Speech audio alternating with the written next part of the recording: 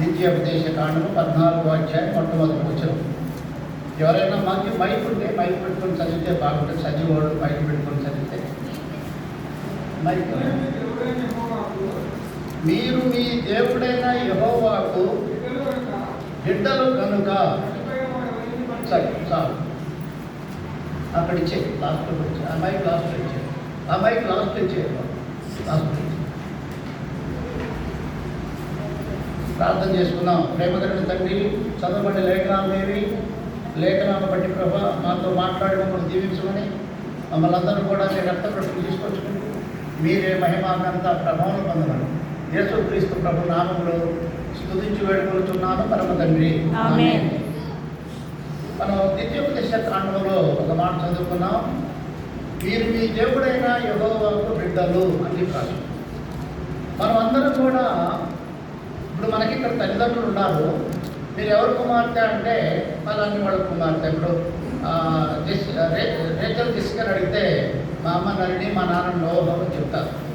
మనం కూడా అట్లానే మన తల్లిదండ్రుల పేరు చెప్తాం, దేవుని బిడ్డ. అయితే వాక్యం ఏమి సెలవిస్తుందంటే భూమి మీద ఉన్న వాళ్ళందరూ కూడా పిల్లలు అటు తిరుగుతారు. పిల్లలు అటు తిరుగుతారు. కాసేపు లేవని కాదు, తక్కువ లేవని కాదు పిల్లలు. భూమి మీద ఎవరైనా దేవుని బిడ్డలారా, దేవుడు పంపితే వచ్చిన వాళ్ళే దేవుని బిడ్డలే. అందరూ కూడా ఎవరు? దేవుని బిడ్డలు. చెప్పండి, మనమందరం కూడా ఎవరి బిడ్డలము? దేవుని బిడ్డలు. ఈ సంగతి హృదయంలో ముద్ర వేసుకోవాలి.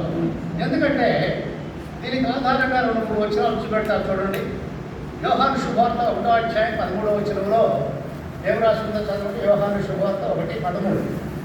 వారు దేవుని వలన పుట్టిన వారే కానీ, వారు అనగా మనము, వారు దేవుని వలన పుట్టిన వారే కానీ రక్తము వలనైనను శరీరేచ్ఛ వలనైనను మనుష్యేచ్ఛ వలనైనను పుట్టినవారు కాదు. వారు దేవుని వలన పుట్టినవారు అని చెప్పి రాసింది. చెప్పండి, వారు దేవుని వలన. వారంటే సర్వ ప్రపంచంలో ఉన్న మానవులందరూ కూడా దేవుని ద్వారా పుట్టారు. మర్చిపోకూడదు. దేవుని బిడ్డలు హృదయంలో ముద్ర వేసుకోవాలి ఈ మాట. వారందరూ కూడా దేవుని ద్వారా పుట్టారు. పెంచే బాధ్యత కూడా ఎవరిది? దేవునిదే. చూడండి, ఆ మాట చదవండి. యెషయా గ్రంథము 1వ అధ్యాయం 2వ వచనం. యెషయా గ్రంథము 1 చదవని ఉండగా యెహోవా మాట్లాడుచున్నాడు. ఆకాశమా, అరే బాబు అక్కడ బయటకు చదువుతారా? చదువు. ఆకాశమా ఆలకించుము, భూమి చెవియొగ్గుము. నేను పిల్లలను పెంచి గొప్పవారినిగా చేసితిని. పిల్లల్ని పెంచే బాధ్యత కూడా ఎవరంట? పిల్లల్ని పెంచి గొప్పవారినిగా చేశారు. మీకు ద్వితీయోపదేశ కాండంలో ఒక మాట చూపించాను. ఏమని? యెహోవాకు బిడ్డలు. యోహాను శుభవార్త 1:13లో వాక్యం చూపించాను. అక్కడ ఏం రాసింది? దేవుడు పంపబడితే వచ్చిన వారికి ఏం రాసింది? పెంచే బాధ్యత ఎవరిదంట? దేవునిదే. చెప్పండి, ఎవరిది? దేవునిదే. అయితే మొట్టమొదటి మానవుడు ఎక్కడి నుంచి వచ్చాడు? ఆ మాట చదవండి. లోకా శుభవార్త 3:38. లోకా శుభవార్త 3వ అధ్యాయం 38వ వచనం. లోకా 3:38.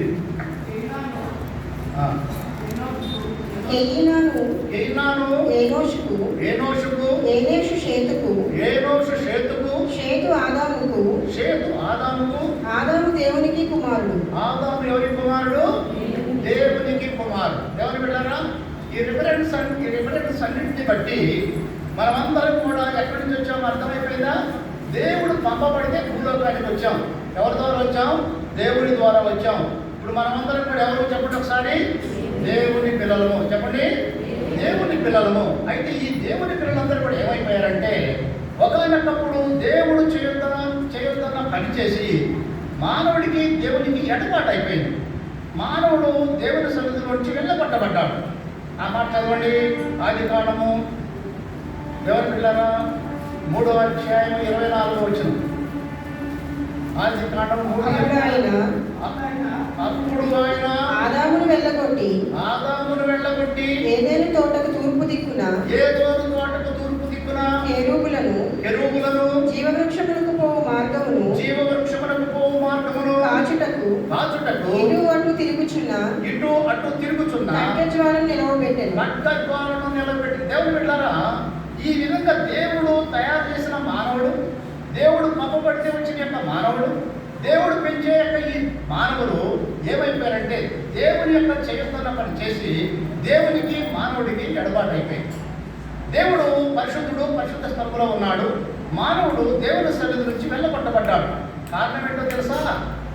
అపోస్తలుల కార్యములు 17వ అధ్యాయం 26వ వచనం. అపోస్తలుల కార్యములు 17:26. కారణం ఏంటో ఒక కారణం చూద్దాం. మరియు యావత్ భూమి మీద కాపురముండుటకు ఆయన ఒకరి నుండి ప్రతి జాతి మనుషులను సృష్టించి వారు ఒకవేళ దేవుని తలువులాడి కనుగొందురేమోనని తను వెతుకు నిమిత్తము ఎర్రయ కాలమును వారి నివాస స్థలం యొక్క పొలిమేరలను ఏర్పరిచారు. ఉద్దేశం ఏంటి? దేవుడు ఈ లోకానికి మానవుడు పంపే ఉద్దేశం ఏంటో గ్రహించారా? తన్ను వెతుకు నిమిత్తము. చెప్పండి, ఎందుకంట అందరు చెప్పాలి పెట్టారు కదా, తన్ను వెతుకు నిమిత్తము కదా ఈ మానవులందరినీ వాడు తయారు చేసి భూమి మీదకి పంపించాడు. అయితే ఈ మానవులు ఏమైపోయారు? ఒక్క మాట చదవండి. యెషయా గ్రంథము 53వ అధ్యాయం 6వ వచనం. యెషయా గ్రంథము 53వ అధ్యాయం 6వ వచనం. మనమందరము గొర్రెల వలె త్రోవ తప్పిపోతిమి, మనలో ప్రతివాడును మనకి ఇష్టమైన త్రోవకు తొలగెను. దేవుని బిడ్డలారా జ్ఞాపకం చేసుకోండి. దేవుడు మనల్ని ఈ లోకానికి పంపించిన యొక్క ఉద్దేశం చదివించాను. మానవుడు ఏమైపోయాడు? దేవుని కనుగొనడం మానివేసి ఇష్టానమైన త్రోవలకు తొలగిపోయి దేవుడికి మానవుడికి అగాధం ఏర్పడిపోయింది. అందరం ఎక్కడి నుంచి వచ్చామో చెప్పండి? దేవుని బిడ్డలమే. దేవుని పిల్లల కాశీ బట్టి చూడవాలంటే మీరు మనం అందరం ఎక్కడి నుంచి వచ్చాం? దేవుని పిల్లలమే. ఎవరు పంపించారు? దేవుడే పంపించాడు. ఎవరి కుమారును? దేవుని కుమారును. చెప్పండి, ఎవరి కుమారును? ఎందుకు పంపించాడు? ఆయన కనుగొంటారని. చెప్పండి, ఆయన కనుగొని సేవిస్తారని. మానవుడు ఏమైపోయాడు? తొలగిపోయాడు. చెప్పండి, మానవుడు ఏమైపోయాడు? తొలగిపోయాడు. దేవునికి మానవుడికి అగాధం ఏర్పడింది. దేవునికి మానవుడికి అగాధం ఏర్పడింది. ఈ అగాధాన్ని కూర్చోవడం కూడా కావాలి. అగాధం అంటే మరణం. దేవుడు పరిశుద్ధుడు, సింహాసనాసీనుడై ఉన్నాడు. మానవుడు పాపంలో పడిపోయి మరణాన్ని కోరుకుని లోకములో ఒంటరిగా నివసించడం మొదలుపెట్టాడు. అయితే దేవుడు తయారు చేసిన మానవుడు నశించుకోవడం ఆయనకి ఇష్టం లేక ఈ మానవుణ్ణి దేవుడి దగ్గరికి వెళ్ళిపోయేవాడు ఎవరైనా ఉన్నారా? దేవుడితో అనుసంధానం చేయగలిగిన వాడు నరుడు భూమిపై ఎవరైనా ఉన్నారా అని వెతుకులాడితే ఎవరు కనబడరు. ఆ మాట చదవండి. యెషయా గ్రంథము 59:16. యెషయా గ్రంథము 59వ అధ్యాయం. సంరక్షకుడు లేకపోవుట ఆయన చూచెను. మధ్యవర్తి లేకుండా చూచి ఆశ్చర్యపడెను. కాబట్టి ఆయన బాహువు ఆయనకు సహాయం చేశాను. ఈ మానవుడిని పరలోకం అనగా దేవుడి సన్నిధిలో ఉన్నాయక ఆ దేవుని దగ్గరికి ఈ మానవుడిని ఎవరైనా తీసుకెళ్తారా అని పరీక్ష చేస్తే భూమి మీద ఎవరు లేరు, అగబడ్డా. ఒకవేళ కొన్నాళ్ళు ధర్మశాస్త్రాన్ని దేవుడు అనుగ్రహించాడు. ఈ ధర్మశాస్త్రం ఉంది కదా, ఈ ధర్మశాస్త్రాలు 5 కాండాలను అనుగ్రహించి దేవుని బిడ్డలారా ఈ యొక్క ధర్మశాస్త్రం ద్వారా మానవుడు నీతిమంతుడుగా జీవించి ప్రభు సన్నిధిని చేరతాడేవరని కొన్ని బలులు అంగీకరించాడు. కొన్ని బలులు చదవకుండా ఒక మాట చదువుతాం. హెబ్రీయులకు రాసిన పత్రిక 9వ అధ్యాయం 9వ వచనం. హెబ్రీ 9:9.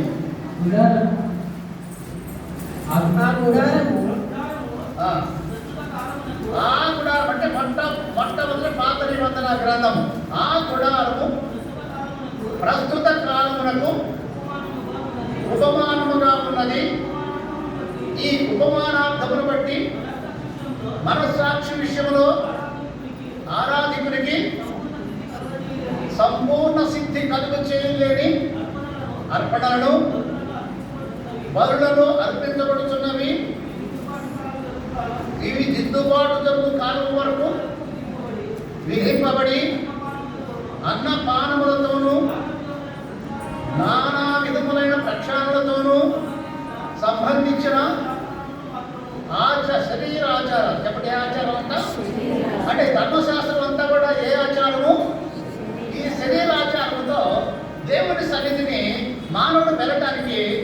నిబంధన గ్రంథము పనికిరాదు. పాత నిబంధన గ్రంథంలో కూడా ఎవరు, ఒక వ్యక్తి కానీ, ఒక పశువు కానీ, ఒక పక్షి కానీ మానవుడిని దేవుడితో అనుసంధానం చేయలేకపోయింది. అందుకని ఇప్పుడు ఆయన ఏం చేశాడంటే ఆయన బాహువు అని చెప్పి కదా. ఆయన బాహువు అంటే ఆయన ప్రాణం కనుక ఆయన ప్రాణానికి పని చెప్పుకున్నాడు. తండ్రి అయిన దేవుడు దేవుని బిడ్డరా, త్రిత్వం బాడీలో ఉంది. శరీరము, ప్రాణము, ఆత్మ, ఈ త్రిత్వంలో నుంచి ఆయన బాహువు అంటే ఆయన ప్రాణం బయటకు వచ్చేసి. కారణం ఏంటి? ఈ మానవుడు నరకానికి పోకుండా, ఈ ఆత్మ నశించి జీవాత్మ పాడైపోకుండా, ఈ జీవాత్మను తిరిగి మరలా దేవుని సన్నిధికి చేర్చడానికి తన ప్రాణానికే పని అప్పచెప్పుకున్నాడు. ఆ ప్రాణం ఈ లోకానికి రావడం మొదలుపెట్టింది. ఎలా ఎలా వచ్చిందో చూడండి. ఆ ప్రాణము హెబ్రీయులకు రాసిన పత్రిక 10వ అధ్యాయము, హెబ్రీయులకు రాసిన పత్రిక 10వ అధ్యాయము 5వ వచనం చదవండి. కాబట్టి ఆయన అంటే ఆ ప్రాణము ఈ లోకమునందు ప్రవేశించినప్పుడు ఇలా చెప్పుచున్నాడు, బలియు అర్పణయు నీవు కోరలేదు కానీ నాకు ఒక శరీరమును అమర్చితివి. చెప్పండి, ఈ బాహు అనగా ఆయన ప్రాణము ఈ లోకానికి వచ్చేటప్పుడు ఆయన శరీరాన్ని అమర్చుకొని పేరు పెట్టుకొని, క్రీస్తు అని పేరు పెట్టుకొని, లేదా ఇమ్మానుయేలు పేరు పెట్టుకొని, లేదా ఇంకా ఇంకా అనేకమైన పేర్లు ఉండే దేవుని బిడ్డలారా, ఆ పేరు పెట్టుకొని శరీరాన్ని అమర్చుకొని ఈ లోకానికి వచ్చాడు. కారణం ఏంటి? కనుక ఈ మానవుడిని తిరిగి మరలా ఎక్కడికి చేర్చాలా? దేవుని సన్నిధికి చేర్చాలా. నశించిపోకూడదు. అందరం కూడా ఎక్కడి నుంచి వచ్చాం? దేవుని బిడ్డలమే. చెప్పండి, అందరం ఎక్కడి నుంచి వచ్చాం? దేవుని బిడ్డలమే కదంటే నా జ్ఞాపకం ఉంది కదా. ఎవరు పంపాడు? ఆయనే పంపాడు. ఎందుకు పంపాడు? ఆయన సేవిస్తామని పంపాడు. మనం ఏం చేశాం? దారి తొలగి పోయి పాపంలో పడిపోయాం. ఆ పాపం వల్ల ఏమొచ్చింది? మనకి మరణం వచ్చింది. చెప్పండి, ఆ పాపం వల్ల ఏమొచ్చింది? మరణం వచ్చింది. ఈ మరణాన్ని కొట్టివేసి దేవుని సన్నిధికి చేర్చబడటానికి ఎవరైనా భూమిపై ఉన్నారా అని వెతికితే ఒక్కళ్ళు కూడా దొరకల. సరే, ధర్మశాస్త్రాన్ని వెతికితే కూడా ధర్మశాస్త్రం కూడా నీతియుక్తమైన బలులను సమర్పించలేదు. కానీ ఈ మానవుడిని దేవునితో అనుసంధానం చేయలేకపోయింది.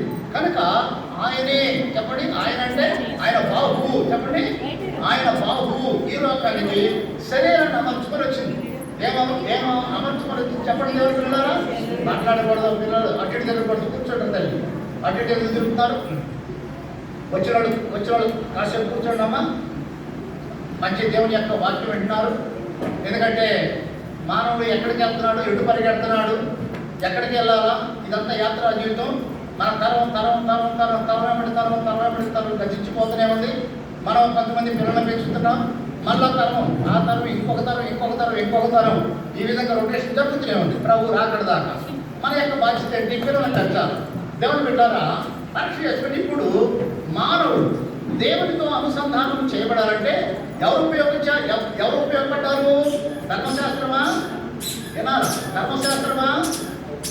ఎవరు మాట్లాడుతున్నారు? ఆ పిల్లలకి ఎవరు మా బుక్ చేసుకుని వచ్చారు? ఇది వినండి, నాకేళ్ళు చూడండి, అడ్డు చూడదు, అక్కడ నాకేళ్ళు చూడండి. దేవుని కాసేపు వాక్యం వినండి కదా. ఇది గంభీరమైన సమయం. దేవుని వాక్యము వింటే హృదయంలోకి వెళ్ళిపోద్ది వాక్యము. ఆ వాక్యం మీకు తాకితే రక్షణ అందులోకి వస్తారు. పరీక్ష చేసుకొని దేవుని వాక్యం వినండి. కనుక ఇప్పుడు దేవుని సన్నిధికి మానవుడిని తీసుకెళ్ళడానికి ధర్మశాస్త్రం ఉపయోగపడిందా? ఎవరు చెప్పండి? అంటే మీరు వింటున్నా, ధర్మశాస్త్రం ఉపయోగపడిందా? ఉపయోగపడలా. ధర్మశాస్త్రంలో బరువులు ఉపయోగపడ్డాయా? ఉపయోగపడలా. భూమి మీద మానవులు ఎవరైనా ఉన్నారా? ఎవరు లేరు. మరి ఎవరు తీసుకెళ్ళాలా? ఆయన ప్రాణాన్ని ఈ లోకానికి పంపించారు. చెప్పండి, ఎందుకంటే ధర్మశాస్త్రంలో దేవుని బిడ్డలారా ఏమి రాసిందంటే ఆ మేకల యొక్కయు ఎడ్ల యొక్కయు రక్తము పాపమును తీసివేయడం అసాధ్యం అని చెప్పి రాసింది. బైబిల్ ఏం చెప్తుందంటే ఏప్రిల్ 9:22లో కదా, రక్తము చిందించకుండా పాప నివారణ జరగదు అని చెప్పి రాసింది. కనుక రక్తము చిందిస్తేనే తప్ప పాప నివారణ జరగదు కదండి. మరి ఇప్పుడు ఎవరు రక్తం కావాలా? పరిశుద్ధమైన రక్తం కావాలా? పక్షుల్లో లేదు, గొడవల్లో లేదు, మనుషుల్లో లేదు. కనుక ఆ దేవుడే, ఆ పరమాత్ముడే కదండి, ఆ యొక్క సింహాసనం మీద కూర్చున్న ఆ దేవదేవుడే, భయంకరుడైన దేవుడే ఈ లోకంలోకి రావాలంటే ఆయన అసలు స్వరూపం ఎలాంటిదో తెలుసా? ఆయన చూసి ఎవరు బ్రతకలేదు. 2 మాటలు చూపెడతా చూడండి. 1 తిమోతి 6వ అధ్యాయము 16వ వచనం. 1 తిమోతి 6:16. సమీపింపరాని తేజస్సులో. చెప్పండి, ఆయన ఎవరంట? సమీపింపరాని తేజస్సులో ఆయన మాత్రమే వసించుచు. ఆయన మాత్రమే వసించుచు అమరత్వము గలవాడై ఉన్నాడు. అమరత్వము కలిగిన వాడై ఉన్నాడు. ఎట్లా ఉన్నాడు చెప్పండి? సమీపింపరాని తేజస్సు అనగా సూర్యుని చూడగలుగుతున్నాం కదా, అట్లానే ఆయన మనం చూడలేం. దీనికంటే ఎక్కువ సమీపింపరాని తేజస్సు. అలాంటి గొప్ప దేవుడు డైరెక్ట్గా వస్తే ఎవరైనా భూమి మీద బ్రతుకుతారా? ఎవరు బ్రతకరు.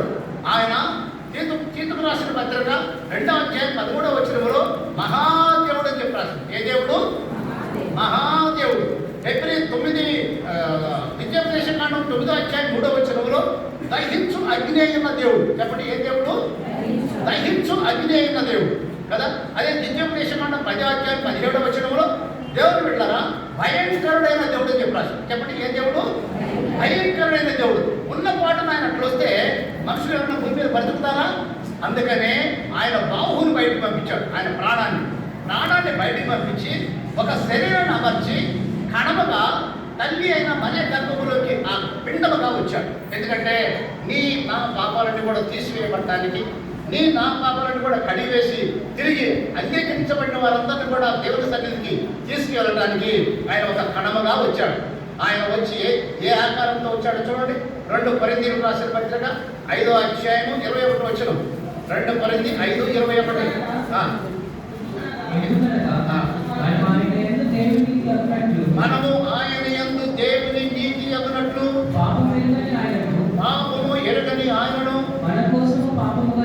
చెప్పండి, మన కోసం పాపముగా చేసింది. చూసారా దేవుని బిడ్డలారా? ఆ బాహుని అనగా ఆయన ప్రాణాన్ని శరీరముగా మార్చుకొని ఈ లోకానికి వచ్చేటప్పుడు ఆయన పాపం ఎరుగని ఆయనను మన కోసము పాపముగా చేశాడు. ఎందుకంటే మానవుడు పాపాలన్నీ నిలిచిపోయి ఉన్నాయి మనుషుల మీద. కనుక ఈ పాపము కడగబడాలంటే నీతిమంతుని యొక్క రక్తం కావాలా. కానీ అది పరమ తండ్రి రక్తం, ఆది తండ్రి రక్తము, పరిశుద్ధుని రక్తము, క్రీస్తు రక్తము. ఎవరు పెట్టారా? ఆ రక్తం బలిపెట్టి మీద కుమ్మరించబడటానికి పాపం ఎరుగని ఆయనను మన కోసం పాపముగా చేశాడు. ఆయన పాపముగా చేసింది ఏంటో తెలుసా? రోమా 8:4. రోమీయులకు రాసిన పత్రిక 8వ అధ్యాయం 4వ వచనం. శరీరమును అనుసరింపగా ఆత్మను అనుసరించుకునే మన యందు ధర్మశాస్త్ర సంబంధమైన నీతి విధి నెరవేర్చబడవలెనని పాప పరిహారము నిమిత్తము దేవుడు తన సొంత కుమారుని పాప శరీరాకారముతో పంపి ఆయన శరీరమందు విన్నారా? ఎవరు పెట్టారా? మన శిక్ష ఎవరి మీద పడిపోతుంది చెప్పండి. ఇప్పుడు విన్నారా? ఎవరస్తులు 10th క్లాస్ ఉంటాయి వీళ్ళంతా. ఎవరైనా మీ ఫ్రెండ్సా? రైతు 10th ఏది వెనకవాళ్ళు. మరి వినండి, ఎవరికి వెళ్ళాలి, జాగ్రత్త వినండి. ఇప్పుడు మన పాప శిక్ష ఎవరి మీద పడిపోయింది చెప్పండి? ఎందుకు పడిపోయింది? ఆ పుణ్య రక్తాన్ని చిందించాలి. కల్వరిలో పుణ్య రక్తాన్ని చిందించి ఆ రక్తము ద్వారా మనమందరం ఒకనొకప్పుడు ఎవరు కుమారుడు అని చెప్పుకున్నాం? దేవుని కుమారుడు. ఇప్పుడు దేవుని కుమారులు అందరూ ఏమైపోయారు? బయటికి నెట్టి వేయబడ్డారు. చెప్పండి, బయటికి. ఇప్పుడు క్రీస్తు రక్తము నిన్ను నన్ను ఏం చేసిందో తెలుసా? ఆ యొక్క పాపాన్ని కడిగివేసింది, ఆత్మను శుద్ధీకరించింది. ఆత్మను శుద్ధీకరించింది అనగా కడిగేసింది. పాపము లేకుండా కడిగివేసింది. పాపంతో నింపబడి మానవుడు వెళ్ళగొట్టబడ్డాడు. ఈ క్రీస్తు రక్తం ఏం చేసిందంటే మన హృదయంలో ఉండే యొక్క పాపాన్ని కడిగివేసి పవిత్రపరిచి నీతిమంతులుగా చేసింది. దేవుడు పెట్టారా? తద్వారా మన ఈ మానవుడు దేవుడితో అనుసంధానం చేయబడటానికి ఒక మార్గాన్ని దేవుడు తెరిచాడు కదంటే. ఇప్పుడు మన మనస్సాక్షిని ఎక్కువగా శుద్ధీకరించింది ఏదో తెలుసా? ఏది? క్రీస్తు యొక్క రక్తము. చెప్పండి, ఆ మాట చదవండి. హెబ్రీయులకు రాసిన పత్రిక 9వ అధ్యాయం 14వ వచనం. నిత్యుడగు ఆత్మ ద్వారా తను తాను దేవునికి నిర్దోషినిగా అర్పించుకొనిన క్రీస్తు యేసు యొక్క రక్తము నిర్జీవ క్రియలను విడిచి జీవము గల దేవుని సేవించుటకు నీ మనస్సాక్షిని ఎంతో ఎక్కువగా శుద్ధి చేయును. చెప్పండి, మనస్సాక్షిని ఏమైపోయింది? ఇప్పుడు ఎక్కువగా శుద్ధీకరింపబడ్డాం. అది మేకలు చేయలేకపోయి, కోడలు చేయలేకపోయి, పక్షులు చేయలేకపోయి, మనుషులు చేయలేకపోయారు. ఆయన బాహు శరీరాన్ని ధరించి లోకానికి వచ్చి కల్వరిలో ఆ బలిపీఠ మీద రక్తాన్ని చిందించి ఆ రక్తం ద్వారా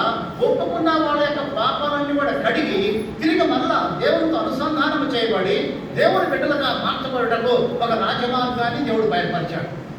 దేవుని బిడ్డారా, ఇదేదో కులము కాదు, మతము కాదు. దేవుని బిడ్డారా, జ్ఞాపకం చేసుకోండి, ఇది ఒక మార్గం, పరలోకానికి వెళ్ళిపోయే మార్గం. ఆ మాట చదవండి.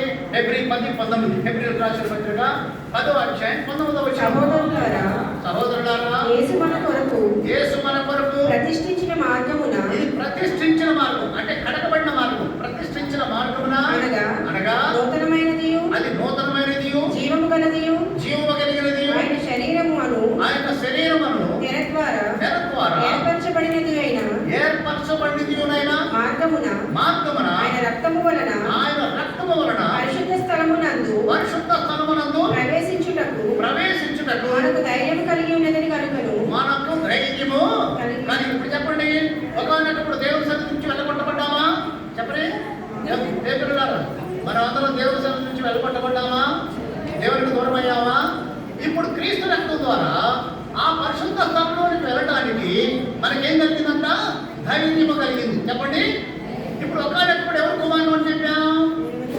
ఇప్పుడు వెళ్ళగొట్టబడ్డాం కదా. మళ్ళీ ఇప్పుడు ఈ క్రీస్తు రక్తం ద్వారా ఏం జరుగుతుంది? దేవుని పిల్లలకు ఆయన అధికారమును అనుగ్రహించదు కనుక పోగొట్టుకున్న కుమారత్వాన్ని తిరిగి మళ్ళా యేసుక్రీస్తు ప్రభువులో మనము సంపాదించుకున్నాం. చెప్పండి, మనము సంపాదించుకున్నాం. చదవండి ఆ మాట. గలతీ 3:26, గలతీయులకు రాసిన పత్రిక 3వ అధ్యాయము 26వ వచనం. యేసుక్రీస్తునందు మీరందరూ విశ్వాసము వలన దేవుని కుమారులై ఉన్నారు. దేవునికి కుమారులమై ఉన్నాం. చెప్పండి, విశ్వాసం ద్వారా ఎక్కడికి వచ్చాం మనం ఇప్పుడు?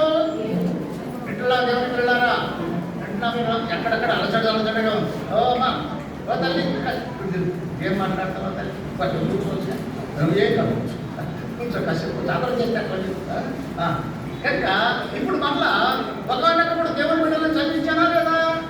ఒకనొకప్పుడు మనుష్య హెచ్చల ద్వారా, శరీర హెచ్చల ద్వారా, రక్త హెచ్చల ద్వారా పుట్టిన వారు కాము, దేవుని వల్లే పుట్టాము చదివించే కదా.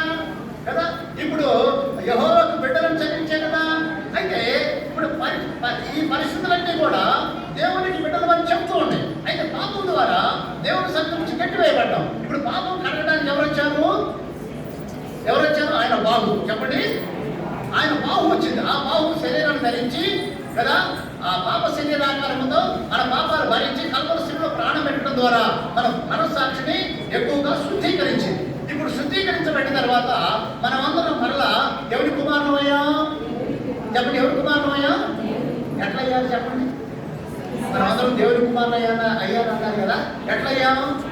ఒట్టిగా కాదు, దేవుని బిడ్డ ఒప్పుకుంటే అవుతాను. చెప్పండి, అది ఒప్పుకోవాలి. నేను పాపిని, నన్ను క్షమించండి, నా హృదయాన్ని కడగండి మీ రక్తంతో అని ఎవరైతే ఒప్పుకుంటారో ఆ ఒప్పుకున్న వారందరూ కూడా ఏమైపోతారు? దేవుని పిల్లలవుతారు. మళ్ళా పరలోకములో అనుసంధానం చేయబడతారు. ఈ లోకంలో యాత్ర గురించడంతోనే ఆ తండ్రి దగ్గరికి మనం వెళ్తాం. ఆయన రాజ్యవారసులుగా బ్రతుకుతాం. అప్పటిదాకా ఈ లోకములో నిన్ను నన్ను పెంచి పోషించేది దేవుడే. చెప్పండి, ఈ లోకంలో తల్లిదండ్రులు తాత్కాలికం. అసలు కథంతా ఆయన దగ్గర ఉంది. కథంతా కూడా ఆయన దగ్గర ఉంది. ఎవరి దగ్గర? దేవుడి దగ్గర. నువ్వు ఒప్పుకుంటే కనుక హృదయంలో మనస్సాక్షిలో ఒక్కసారి తండ్రి నా పాపాన్ని కూడా కడిగి పవిత్రపరిచి నీ బిడ్డగా మార్చుకో నాయన అంటే అప్పుడు దేవుడు నిన్ను కూడా కుమారుడిగా కుమార్తెగా అంగీకరిస్తాడు. రోమా 8:14 చదవండి. రోమీయులకు రాసిన పత్రిక 8వ అధ్యాయం 14వ వచనం. దేవుని ఆత్మ చేత ఎందరు నడిపింపబడుదురో వారందరూ దేవునికి కుమారులై ఉన్నారు. చెప్పండి, ఇప్పుడు దేవుని ఆత్మ చేత అంటే ఒప్పుకుంటే దేవుని ఆత్మ మిమ్మల్ని శుద్ధీకరిస్తుంది. ఆ ఒప్పుకున్న వారందరినీ కూడా మీరందరినీ కూడా దేవుని కుమారులుగా మళ్ళా బాధ్యత తీసుకుంటాడు. విన్నారా దేవుని బిడ్డారా? అర్థమైందని చెప్పేది. ఇప్పుడు ఒప్పుకుంటే ఏమైపోతాం చెప్పండి? ఒప్పుకుంటే ఏమైపోతాం? ఒప్పుకోవడం అంటే ఏంటి?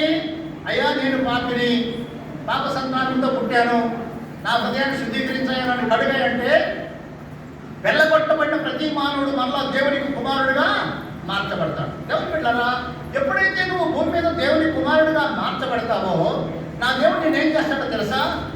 పోషించే దేవుడుగా ఉన్నాడు, నడిపించే దేవుడుగా ఉన్నాడు, జ్ఞానమిచ్చే దేవుడుగా ఉన్నాడు, యాత్రాజీవితంలో ఔషధించే దేవుడుగా ఉన్నాడు, తదనంతరం పరలోకంలో చేర్చుకునే దేవుడుగా ఉన్నాడు. పరలోకంలో ఈ లోకంలో ఒప్పుకున్న వాళ్ళందరినీ సంఘము సహవాసం అని పేరు పెట్టి సంఘములో కట్టి నీకేం చేస్తాడో తెలుసా దేవుని బిడ్డలారా? పరలోకపు యాత్రలో ఆయన దేవుడి సన్నిధికి చేరడానికి ఏ విధమైన పరిశుద్ధత నీకు అవసరమో ఆ పరిశుద్ధత నీకు నేర్పుకుంటూ పరలోక వాసులుగా ఆ ప్రభు ఆ లోకంలో మనం చూస్తూ ఉంటాడు. మనమందరం కూడా ఈ భూమి మీద రాజ్యంలో స్థిరంగా ఉండడానికి కాదు, కానీ పరలోక రాజ్యంలో స్థిరంగా ఉండడానికి భూమి మీద నిన్ను నన్ను ఏర్పాటు చేస్తున్నాడు. నిన్ను నన్నంటే ఒప్పుకున్న వారందరినీ, చెప్పండి, ఒప్పుకున్న వారందరినీ ఆయన సన్నిధిలో నిలవబెట్టుకుంటాడు ఒక రోజున. చదవండి ఆ మాట. కొలసీలకు రాసిన పత్రిక 1వ అధ్యాయం 22వ వచనం. కొలసీ 1:22. తన సన్నిధిని పరిశుద్ధులుగాను నిర్దోషులుగాను నిరపరాధులుగాను నిలవబెట్టుటకు ఆయన బాహ్యయుక్తమైన దేహమందు మరణము వలన ఇప్పుడు కనుక తండ్రితో మన సమాధానం పరిచాడు. ఎందుకంట చెప్పండి.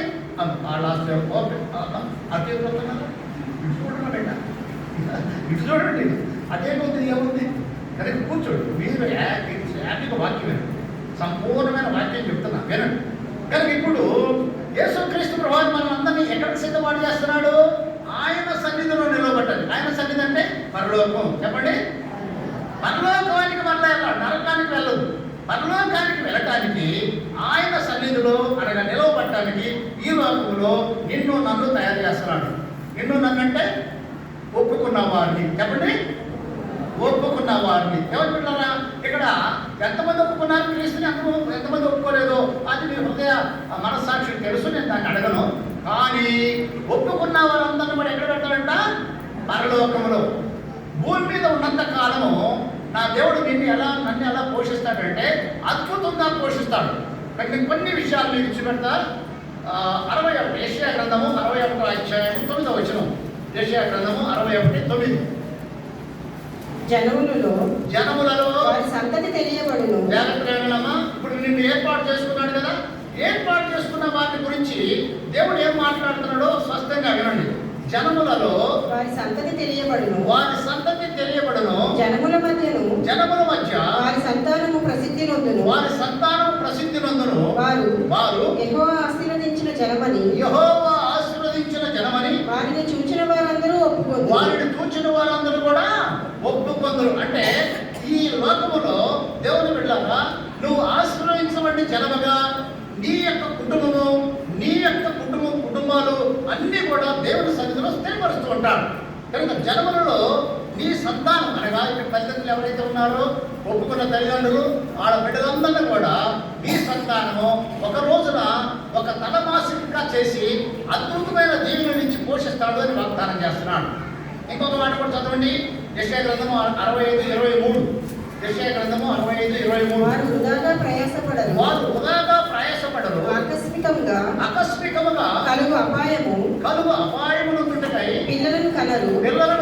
వారు యెహోవా చేత ఆశీర్వదింపబడిన వారు యెహోవా చేత ఆశీర్వదించబడిన జనం. ఎవరంట? ఆయన అంగీకరించిన ప్రజలు, ఆయన అంగీకరించిన పిల్లలు. ఎవరి చేత దీవించబడతారంట? ఎంతమంది 10th క్లాస్ పిల్లలు ఉంటారు? మంచి తెలివితేటలతో మంచి జ్ఞానంతో పరీక్షలు రాయాలంటే నీ జ్ఞానం సాధన దేవుని బిడ్డ. నువ్వు దేవుని మీద ఆధారపడాలి.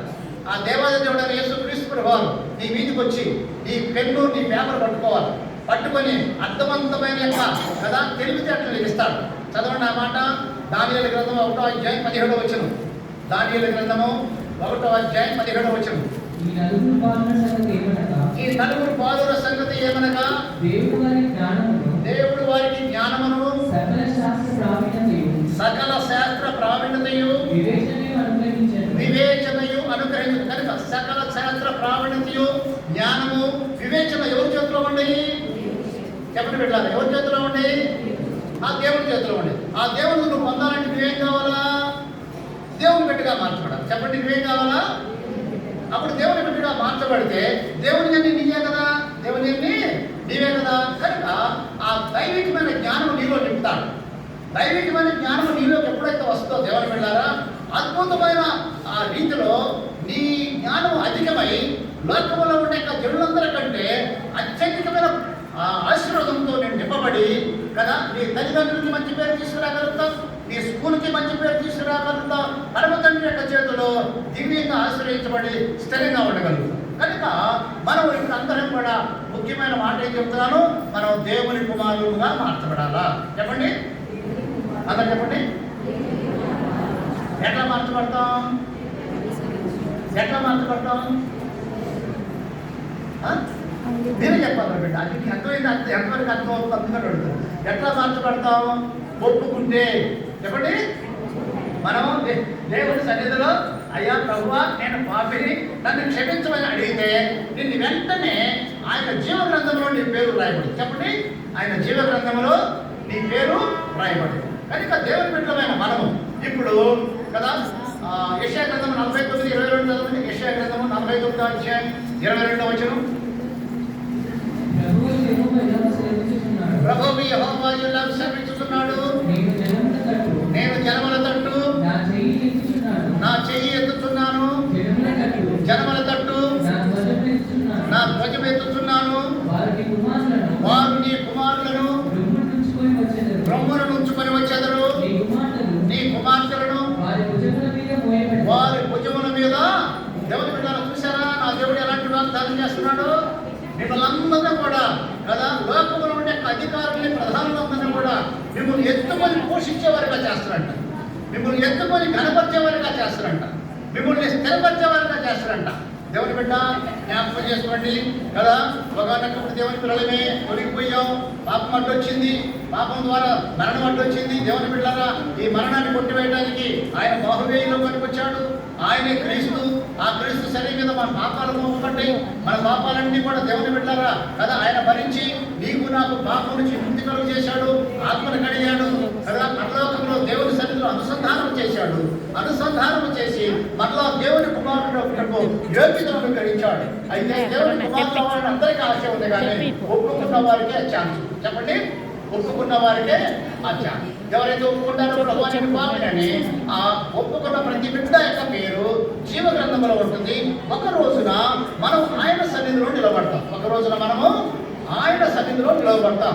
కనుక పరీక్ష చేసుకుందాం. ఎప్పుడైతే ఒప్పుకుంటావో ఒప్పుకోవడంతోనే పరలోకం నుంచి దేవుని ఆత్మ వచ్చి నీ మీద ముద్ర వేసుకుంటుంది. ఏం వేసుకుంటుంది? ఈ నా బిడ్డ అని ముద్ర వేసుకుంటుంది. చదవండి, ఎఫ్సీలకు రాసిన పత్రిక 1వ అధ్యాయం 11వ వచనం. ఎఫ్ఎస్సి 1:13.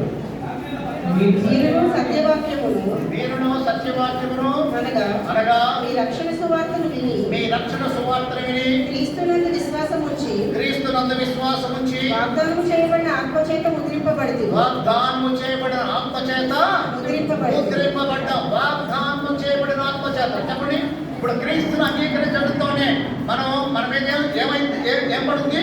ముద్ర పడిపోద్ది. చెప్పండి, ఏం పడిపోద్ది? ముద్ర. ఏ ముద్ర? ఏ ముద్ర? పరలోకం యొక్క ముద్ర. చెప్పండి, పరిశుద్ధాత్మ అనే ముద్ర పడిపోద్ది. ఎందుకో తెలుసా? దేవుని బిడ్డలారా ఈరోజు స్కూల్కి వెళ్తున్నారు. చెప్పండి, స్కూల్కి వెళ్తున్నారా లేదా? కాలేజీకి వెళ్తున్నారు, పనులకి వెళ్తున్నారు కదా. తిరిగి క్షేమంగా ఇంటికి రాగలుగుతామని ఎవరైనా చెప్పగలుగుతారా? 2004లో ఒక ఇన్సిడెంట్ జరిగింది. చెప్తా, జాగ్రత్తగా వినండి. కూర్చోండి అమ్మ. వచ్చిన వాళ్ళు అటు ఇటు కథలు అక్కడ ఒక 2 నిమిషాలు నేను ముగిస్తా. మీరెందుకంటే వచ్చిన వాళ్ళకి వెళ్ళి చూస్తారు. మీకు అక్కడ ఏముంది? రక్షణగా ఉంటారు. ఇటు చూడండి, ఆ వచ్చిన వాళ్ళకి వెళ్ళి మీరు ఎందుకు చూస్తారు? మీరు ఇటు చూడండి. సరే, 2004లో ఒక ఇన్సిడెంట్ చెప్తున్నా కదండి. మీకు తెలుసు కదా లుంబిని పార్క్. ఎంతమందికి తెలుసు లుంబిని పార్క్? మీకు పేరు ఏంటి ఉంటారు, కొంతమందికి తెలియదు. సికింద్రాబాద్లో ఏముంది? లుంబిని పార్క్. లుంబిని పార్కులోకి రెహపోతు పంజాగుట్ట రెహపోతు చర్చి వాళ్ళు 4 స్త్రీలు పర్చేస్ కోసం వెళ్ళారు. మనకి సామాన్లు కొనుక్కుందాం కదా అని వెళితే ఏం చేశారంటే, సామాన్లు కొనుక్కున్న తర్వాత సమయం చాలా ఉంది. వాళ్ళు ఏమనుకున్నారంటే కాసేపు లుంబిని పార్కులో కూర్చొని వెళ్దామని టికెట్లు తీసుకున్నారు. విన్నారా? ఎక్కడికి వెళ్ళారు వాళ్ళు? లుంబిని పార్కులోకి. ఎవరు? విశ్వాసులే. ఎవరు? ఆత్మచేత ముద్రింపబడిన వాళ్ళు. సమయం ఉందని ఎక్కడికి పోయారు? లుంబిని పార్క్ దగ్గరికి వెళ్ళారు. సమయం ఉందని ఎక్కడికి వెళ్ళారు? అక్కడికి వెళ్ళారు. టికెట్లు కూడా కొనుక్కున్నారు. ఇక లోపలికి వెళ్ళేటప్పుడు ఒక సహోదరి అన్నది, మనం దేవుని బిడ్డలో మనమేంది లుంబిని పార్కులోకి వెళ్తాం, ఇది ఎవరైనా చూస్తే చాలా బాగోదు, మనం వెళ్ళిపోతాం నెట్ అని చెప్పేసి ఒక సహోదరి మాట్లాడారు. ఆ సహోదరి మాట ఈ ముగ్గురు విన్నారు. కరెక్టే, మనం ఇక్కడ అలవాడకూడదు. ఎవరైనా మన అన్నలు చూస్తే, చర్చి వాళ్ళు చూస్తే వీళ్ళు పార్కుల్లో ఉంటారు, చర్చిల్లో కూడా ఉంటారు అని అంటారు కదా, చెడ్డ పేరు అయిందని వాళ్ళు ఏం చేశారు, ఆ టికెట్ ఇచ్చి వాపసు వెనక్కి వచ్చేసారు. వాళ్ళు ఒక 200 మీటర్ల దూరం బయటకు వచ్చిన తర్వాత లుంబిని పార్కులో ఒక బాంబు పేరు, చెప్పండి ఏం పేరుంది, బాంబు పేరి 40 మంది చనిపోయారు. ఎంతమంది చనిపోయారు? ఇప్పుడు ఈ రక్షింపబడిన ఆత్మచేత ముద్రింపబడిన వాడు లోపలికి వెళ్ళినట్టు ఏం జరిగేది, చచ్చిపోయాడు కదా. మరి పరిశుద్ధాత్మ దేవుడు ముద్ర కలిగిన బిడ్డలు వెనక్కి తీసుకొచ్చాడా, తీసుకురాలేదా? అది రక్షణానుభవంలో ఉండి ప్రభు యొక్క సన్నిధిలో ఆత్మచేత ముద్రింపబడిన బిడ్డగా దైవికమైన కట్టడలో బ్రతికి సండే చర్చి వార కార్యక్రమాలన్నింటి కూడా వస్తూ ప్రభువుకు నమ్మకంగా క్రీస్తు రక్తంతో కడగబడిన బిడ్డలైతే నువ్వు ఎలాంటి ప్రమాదం దారిలో వెళ్తున్నా నిన్ను ఆ ప్రమాదానికి గురి చేయు. ఈ మాటను బట్టి దావీదు మహారాజు ఒక మాట మాట్లాడాడు. చూడండి, 139వ కీర్తన 5వ వచనం. 139వ కీర్తన 5వ వచనం. వెనకను ముందును నీవు నన్ను ఆవరించి ఉన్నావు, నీ చెయ్యి నా మీద ఉంచి ఉన్నావు. ఏమన్నాడు ఒక భక్తుడు, ముందు ఉన్నావయ్యా, వెనక ఉన్నావయ్యా, నీ హస్తం ఎక్కడ పెట్టాడంట? ఆయన హస్తం ఎక్కడ పెట్టాడంట? ఎట్లా ఎంతో బాబు 10th క్లాస్ పిల్లలు బాగా చెడ్డ పరీక్షలు రాయాలరా అనుకుంటారా? దేవుడు రాస్తాడు, మీరు వాక్యం దేవుడే రాస్తాడు. మీ పరీక్షలు దేవుడు రాయులు కాక అని చెప్పండి. పరలోక యొక్క జీవన మీ మీద వచ్చును కాక కదా, సకల శాస్త్ర ప్రావీణ్యత మీ మీదకి వచ్చును కాక కదా, పరమతండ్రి జ్ఞానం మీ మీదకి వచ్చును కాక, మీ స్కూల్లో పిల్లలందరూ పాస్ అవుతురు కాక అని చెప్పండిరా. ఎవరు పిల్లలారా, వెనక ముందు ఎవరున్నారంట? తలపై ఎవరు హస్తం పెట్టారంట? ఎందుకు పెట్టాడో ఇంకో మాట చెప్తా. జూబ్లీ హిల్స్ ఉందా? జూబ్లీ హిల్స్ లో ఈనాడు రిపోర్టర్ పొద్దున్నే వాకింగ్ వచ్చింది. ఫోన్ మాట్లాడుకుంటూ వాకింగ్ చేసుకుంటూ పోతా ఉంటే ఈ రోడ్డు పక్కన ఒక కొబ్బరి చెట్టు బాగా హైట్ ఎదిగి ఉంది. ఆమెకి పోవడంతోనే ఆ కొబ్బరి చెట్టు బోండా ఊడి నెత్తి మీద పడిపోయింది. ఎవరికి? ఈనాడు రిపోర్టర్. దేవుని విడారు అక్కడికక్కడే కుప్పకూర్చి చనిపోయింది. అక్కడే ఇప్పుడు దావీదు యొక్క తల మీద హస్తం ఎవరు పెట్టారంట? ఇప్పుడు దేవుని దగ్గర దేవుని హస్తం ఉందా? లేదు. అది భద్రత. క్రీస్తులోకి వచ్చిన తర్వాత దేవాలయుడైన యేసుక్రీస్తు ప్రభువారు నీ జీవితంలో ప్రవేశించి తన కుమార్తెగా స్వీకరించి సంపూర్ణమైన భద్రత, చెప్పండి, సంపూర్ణమైన భద్రత ఇస్తాడు కదండి. ఆ యొక్క భద్రత ఆయన తీసుకుంటాడు. నీ పిల్లలని నా రొమ్ముల మీద ఉంచుకొని పోషించదని చెప్పాడు. ఎక్కడ చదివించాలా లేదా కదా? మీ మార్గాల్లో నా దేవుడు తోడుగా ఉండి ఆయన మిమ్మల్ని కుమార్తెలుగా స్వీకరించి మిమ్మల్ని పోషించే దేవుడుగా ఉన్నాడు. మిమ్మల్ని పోషించే దేవుడుగా ఉన్నాడు. కనుక ఫస్ట్ మనం అందరం కూడా దేవుని పిల్లలమే, కానీ పాపంలో పాడైపోయి పతనమై వెళ్ళగొట్టబడ్డాం. మళ్ళా క్రీస్తు ద్వారా దేవుని యొక్క సన్నిధిలోకి మనం పిలువబడుతున్నాం. ఆయన ఒప్పుకున్న బిడ్డలందరూ కూడా పిలువబడతారు. పిలువబడిన తర్వాత ఆయన కుమారులుగా మార్చబడతాం. కుమారులుగా మార్చడం కాదు, పరలోక వారసులుగా భూమి మీదనే స్థిరపడతాం. పరలోక వారసులుగా భూమి మీదనే మనము స్థిరపడతాం. కనుక ఆయన పిలిచినప్పుడు కార్యక్రమాలన్నీ ఆయుష్ పెరిగి దీర్ఘాయుషవంతులై దేవుని బిడ్డలారా పరమ సన్నిధిలో పరలోకంలో తండ్రి యొద్దకు చేరుతాం. అక్కడ మరణము లేదు, అక్కడ మరణము లేదు, నిత్య జీవము కదా, నిత్య రక్షణ, ప్రభు సన్నిధిలో యుగములు దేవుని సన్నిధిలో ఉంటామనే యొక్క నిరీక్షణ క్రైస్తత్వం అనగా యేసు క్రీస్తు ప్రభు ద్వారా మనకు లభించింది. కనుక పాపము నీకు నాకు దేవునికి నాకు మీకును దేవునికి అడ్డుగా వచ్చింది. అడ్డుగా వచ్చిన యొక్క పాపాన్ని క్రీస్తు ఏం చేశాడు? కడిగి పడేశాడు. ఏం చేశాడు? కడిగి వేశాడు. ఏం చేశాడు? కడిగి పరిపూర్ణంగా కడిగి వేశాడు. కనుక నీకు ఏ అడ్డు లేదు దేవుని సన్నిధికి వెళ్ళడానికి. భూమి మీద నేను దీర్ఘాయుషవంతులుగా చేస్తాడు. చదవండి ఆ మాట. సామెతలు 9వ అధ్యాయం 11వ వచనం.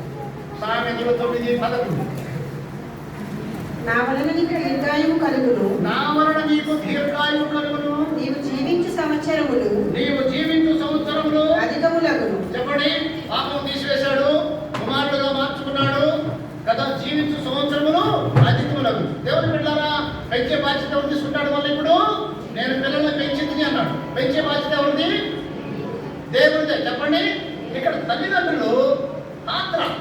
తల్లిదండ్రులు ఏంటది పాత్ర, వాళ్ళ యొక్క చరిత్ర పరలోకంలోనే రాయబడి ఈ లోకానికి వచ్చాం. మీరు ఎట్లా ఎదగాలా, ఏ విధంగా పిల్లలు కనాలా, ఏ విధంగా వివాహాలు జరగాలా, ఏ విధంగా మీరు దేవుడు నిలబెట్టుకోవాలా, ఈ రాజ్య వ్యాప్తి కొరకు, దేశ వ్యాప్తి కొరకు, క్రైస్తవ సంతానం కొరకు ఏ విధంగా మీరు స్థిరపరచుకోవాలా, అదంతా కూడా లిఖితమైపోయింది ప్రభు దగ్గర కదా. దానికి మహారాజు అన్నాడు కదా, అయ్యా నేను పిండములై ఉండగా నీ కన్నులు నన్ను చూచెను. కనుక మనమందరం కూడా దేవుని సన్నిధిలో ఉన్న దేవుని బిడ్డలం. ఒప్పుకున్న ప్రతి బిడ్డని దేవుడు తన యొక్క రక్తం ద్వారా కడిగి దేవునితో అనుసంధానం చేసి తండ్రి యొక్క కుమారులుగా క్రీస్తు ద్వారా ఆ సమాధానం మనం సంపాదించుకున్నాం. కనుక ఎవరైతే దేవుని బిడ్డలారా ఇంకా ఈ యొక్క రక్షణ సువార్తను ఎరగక కదా లోకముల యొక్క పాపంలో జీవిస్తున్నామో, ఆ పాపము నిన్ను నన్ను నరకానికి తీసుకెళ్ళుద్ది. పాపాన్ని కడిగి వేసుకుంటే పరలోకానికి తీసుకెళ్ళుద్ది. రెండు మార్గాలు చెప్పండి. ఏ మార్గాలు? ఒకటి నరకము, ఒకటిది వైకుంఠం. చెప్పండి. రెండవది వైకుంఠం, లేకపోతే వైకుంఠము లేకపోతే నరకం. కనుక వీటిని తప్పించుకొని, నరకాన్ని తప్పించుకొని వైకుంఠానికి పోవాలంటే క్రీస్తు రక్తము తప్ప శరణ్యం ఏది లేదు. అది ఎలా సాధించుకుంటామంటే నీ రక్తముతో నన్ను ఒకసారి కడిగేయాలి కదండి. నీ రక్తముతో 1 యోహాను 1వ అధ్యాయము 7వ వచనం 1 యోహాను 1 ఆయన వెలుగులో ఉన్న ప్రకారము మనమును వెలుగులో నడిచిన యెడల మనము అన్యోన్య సహవాసము గలవారమై ఉందుము. అప్పుడు ఆయన కుమారుడైన యేసు రక్తము ప్రతి పాపము నుండి మనల్ని పవిత్రులుగా చేయు. 9వ వచనం ఉంటుందయ్యా. ఈ మాట చెప్పండి. మన పాపములను అందరూ నా పాపములను చెప్పండి. నా పాపములను నేను ఒప్పుకొని యెడల చదువా ఆయన నమ్మదగిన వాడును నీతిమంతుడును కనుక ఆయన మన పాపములను క్షమించి సమస్త దుర్నీతి నుండి మనల్ని పవిత్రులుగా ప్రతి ఒక్క మనిషి పవిత్రంగా మార్చబడతాడు. ఒప్పుకుంటే చాలు. ఇదే దేవుని బిడ్డలకు అనుకూల సమయం, ఇదే రక్షణ దినం. గొప్ప సువార్త కూడిక ఏర్పడింది కదా జస్టికా యొక్క రేఖల ద్వారా. కనుక దేవుని బిడ్డరా ఆ బిడ్డ పుట్టినరోజుకు వచ్చిన వారందరూ కూడా ఆ పరలోకం యొక్క సమాచారం అందించబడింది. కనుక క్రీస్తు రక్తం ద్వారా కడగబడితే ఆయన కుమారుడిగా మార్చబడతావు. ఆయన సన్నిధిలో రోజు నిలబడతావు. ఆ దేవుని యొక్క మహిమ రాజ్యంలో ఆయన యొక్క మహిమలను నిలబడతావు. పరలోకంలో ఆయన ముఖాముఖిగా చూడగలుగుతాం. ప్రకటన గ్రంథం 22వ అధ్యాయము 4వ వచనం. ప్రకటన గ్రంథం 22:4 ఆయన దాసులు ఆయనను సేవించుచు ఆయన ముఖ దర్శనము చేయుచుందురు. ఆయన నామము ఆయన నొసళ్ళ మీద ముఖ దర్శనం చేస్తాం. ఎవరు ముఖ దర్శనం చెప్పండి. ఎవరా బిడ్డ? ఇక్కడే ఉన్నారా? ఇక్కడే ఉన్నారు. ఎవరు ఉన్నారా? ఇక్కడే ఉన్నారంట. ఇప్పుడు ఆయన ముఖ దర్శనం అంటే ఎవరు ముఖ దర్శనం? నా యేసయ్య ముఖ దర్శనం చూస్తాం. ముఖాముఖిగా ప్రభువును ఆరాధిస్తాం. ఆయన సన్నిధిలో ఉంటాం. దేవుని బిడ్డలారా నిత్య జీవంలో ఉంటాం. మరణం లేకుండా జీవిస్తాం. శాశ్వతమైన రాజ్యము, చెదిరిపోయే రాజ్యము కాదని కదా. అక్కడ మనకు ఒక ఇల్లు కడుతున్నాడు యేసయ్య. ఎప్పుడు అక్కడ మనకి ఏం చేస్తున్నాడు? ఇల్లు కడుతున్నాడు. ఎంతమందికి ఇక్కడ ఇల్లు ఉంటాయి? ఇక్కడ లేకపోయినా పర్వాలా, భయపడదాకండి. అక్కడ ఇల్లు ఉంది. ఎప్పుడు అక్కడ ఒక ఇల్లు ఉంది. కోటతోనే కీ ఇస్తాడు. ఈ యొక్క తాళం చేయ తీసుకొని ఇదేనమ్మా నీ ఇల్లు అంటే రూపులో వెళ్ళిపోతుంది. నిజమైన ప్రజలు అంటారా? నేను చెప్పట్లా, బైబిల్ వాక్యం చెప్తుంది. యోహాను సువార్త 14వ అధ్యాయం 1-2 వచ్చిన. యోహాను సువార్త 14:1-2 వచ్చిన. మీ హృదయములు కలవరపడనీయుడి దేవుని యందు విశ్వాసం ఉంచుతున్నారు. నా యందు విశ్వాసం ఉంచుడి. నా తండ్రి ఇంట అనేక నివాసములు కలవు. లేని ఎడల మీతో చెప్పుదును. మనకందరి కూడా స్థలము పరలోకంలో ఒక నివాసం. ఎవరు పెట్టారా? పరలోకానికి వెళ్ళిపోయేటప్పుడు ఎలా వెళ్తామో 2 మాటలు చెప్పి నేను ముగిస్తాను. పరలోకానికి వెళ్ళిపోయేటప్పుడు ఎట్లా ఉన్నాం? ఈ శరీరంతో ఉన్నాం. ఏ శరీరంతో ఉన్నాం చెప్పండి. ఏ శరీరంతో? ఈ పిల్లలు చెప్ప. ఏ శరీరంతో ఉన్నాం? మహిమా శరీరం. చెప్పండి. అంటే మట్టి శరీరం ఏమైపోద్ది? మట్టి శరీరం మాయమైపోద్ది. ఏ శరీరం వస్తుంది? మహిమా శరీరము కదా. ఫిలిప్పీలకు రాసిన పత్రిక 3:21. ఫిలిప్పీ 3:21. సమస్తమును తనకు లోపరుచుకొనజాలని శక్తిని బట్టి ఆయన మన దీన శరీరమును మన మహిమ కలిగిన శరీరమునకు సమరూపముగా మార్చును. ఎట్లన్నా మహిమ కలిగిన శరీరము ఏసైది ఏ శరీరము మనకు కూడా అలానే మహిమ కలిగిన శరీరముగా మార్చబడతాం. పునరుద్ధానములో లేపబడతాం. ఎట్లా లేపబడతాం? పునరుద్ధానములో లేపబడతాం. లేపబడి అక్కడ దేవదూతల సమానులను దేవుని కుమారులమై ఉంటాం. అక్కడ గొప్ప వెలుగు పరలోక రాజ్యంలో జ్యేష్ఠుల సంఘంలో చేర్చబడతాం. పరలోకంలో ఉండే జ్యేష్ఠుల సంఘంలో మనం కూడా కూర్చుంటాం. దుఃఖాంతిగా ప్రభుని ఆనందిస్తాం. ఆ సత్యమైన యొక్క పట్టణంలో ఆ యొక్క బంగారు వీధుల్లో నీవు నేను కూడా ఉండాలని ప్రభు ఆశపడుతున్నాడు. జీవాత్మ నశించిపోయింది, దేవునికి దూరమయ్యాం. యేసుక్రీస్తు ప్రభువు ద్వారా మళ్ళా జీవాత్మ బ్రతికించాడు, దేవుడితో అనుసంధానం చేశాడు. పరలోక రాజ్యాన్ని వారసత్వంగా మనకు అనుగ్రహించాడు.